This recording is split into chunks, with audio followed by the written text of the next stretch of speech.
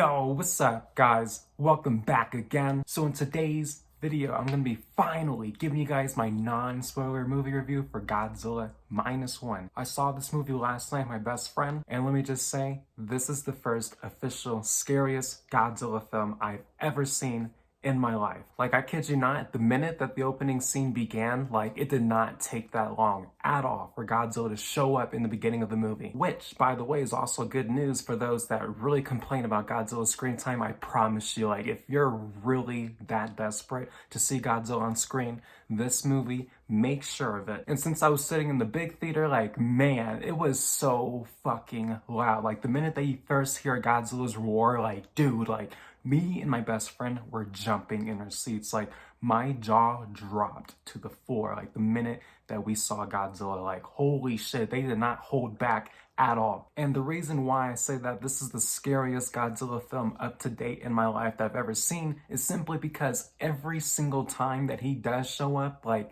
it's no time for games, nothing to smile and laugh about. Like, no, he is here to simply kill and destroy. And I can now see why Gareth Edwards was jealous of Godzilla Minus One, because yes, bruh, Toho literally topped and delivered every single time Godzilla showed up on screen. They did not waste it. Pretty much all the characters are just those that pretty much just survived any attack that Godzilla just left behind. And people just overall trying to figure out how to just live and just thrive, just knowing that Godzilla exists. And it's just a lot of process because there's PTSD involved. And pretty much think of the drama kind of like how it is in Martin Legacy of Monsters. It's kind of like that, but of course on a more deeper level. And I'm not the type to cry in a movie theater, so I didn't like really hear like much of any sniffles or anything like that. So if you're a sensitive type, yeah, just be cautious because there will be some scenes that are actually pretty powerful in there that I actually thought were really good, so just been look out for that. The pacing of the film, it's like a good mix of like pretty much Godzilla 2014 and Shin Godzilla combined. But except the difference is that they just simply don't make you forget about Godzilla. like when shit is about to go down, like they have no problem just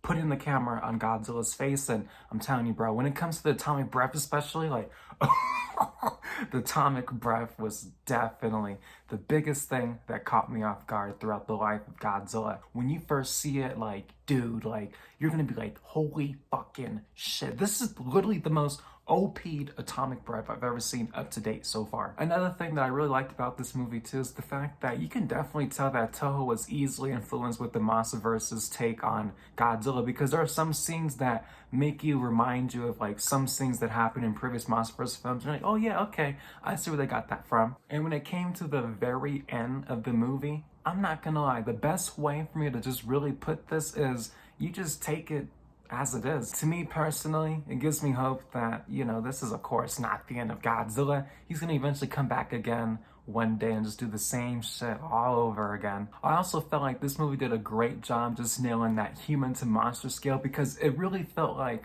I was there. Like, I wasn't just watching the movie, like I was actually in those scenes, like just feeling exactly how those people were feeling, and, you know, kind of feeling like running away from Godzilla myself. Like, it's not just another movie just kind of just sit back and just watch. Like, no, bro, like you actually feel for these people. You even feel bad for yourself just even watching this kind of movie, but you just can't help but just keep watching it. I know that I said that Godzilla King of the Monsters was by far my #1 favorite movie of all time.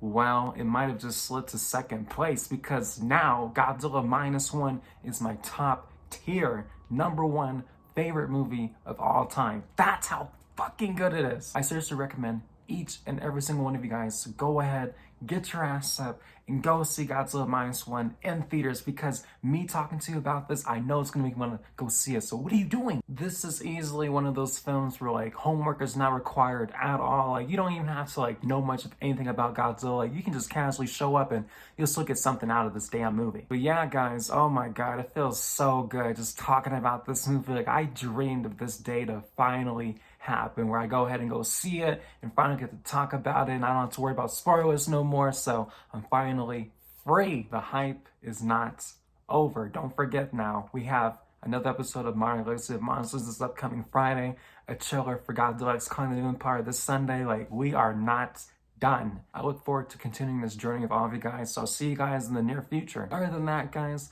thank you so much for watching this video. Subscribe if you guys love Godzilla to death, and I'll see you guys the next time. Peace.